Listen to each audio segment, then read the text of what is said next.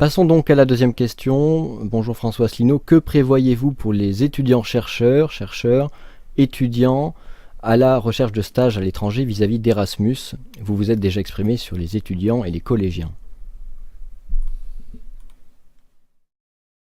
Alors, je renverrai simplement au programme que j'avais indiqué. Moi, ce qui me gêne toujours dans l'affaire Erasmus, c'est qu'on focalise l'attention des jeunes sur un système d'échange d'étudiants qui existe parfaitement sans qu'il y ait l'Union européenne.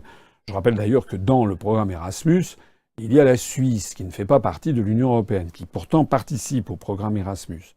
Je rappelle également que le programme Erasmus est assez limité dans son application, puisqu'il ne concerne que les pays de l'Union européenne pour les destinations. Tout le monde sait bien, notamment les étudiants qui sont en troisième cycle ou les chercheurs, que, en gros, on ne peut pas limiter le périmètre des études ou de la recherche au seul périmètre de l'Union européenne. Il faut aller aux États-Unis. Je ne suis pas anti-américain, contrairement à ce que les gens veulent faire croire. Et je reconnais qu'il y a une recherche qui est très importante aux États-Unis et au Canada, mais aussi au Japon, en Chine, et pourquoi pas en Russie, en Inde, etc. Donc tout ceci pour dire que je l'ai déjà expliqué dans la campagne présidentielle, nous essaierons de développer des échanges de lycéens puis de collégiens, enfin de collégiens, puis de lycéens, puis d'étudiants et ensuite de chercheurs. Donc les collégiens, en multipliant les échanges avec justement la France d'outre-mer dont je parlais tout à l'heure, ce serait bien qu'il y ait des classes de collégiens qui puissent aller passer 3 mois, par exemple, dans un collège à La Réunion ou en Nouvelle-Calédonie, etc., et que les mêmes classes viennent en Bretagne ou en Provence-Alpes-Côte d'Azur. Et puis ensuite, au niveau des lycéens, ce serait avec l'ensemble des pays, par exemple, de la francophonie. Moi, je trouverais très bien qu'il puisse y avoir des échanges d'étudiants avec certains pays d'Afrique ou certains pays du Moyen-Orient.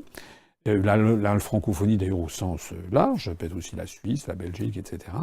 Et puis ensuite, au niveau des étudiants, c'est avec le monde entier. Voilà, le périmètre de l'Union européenne là-dedans me paraissant un petit peu bancal, un petit peu baroque. Il n'y a pas de limitation. Alors, dans cette condition, les chercheurs, c'est pareil.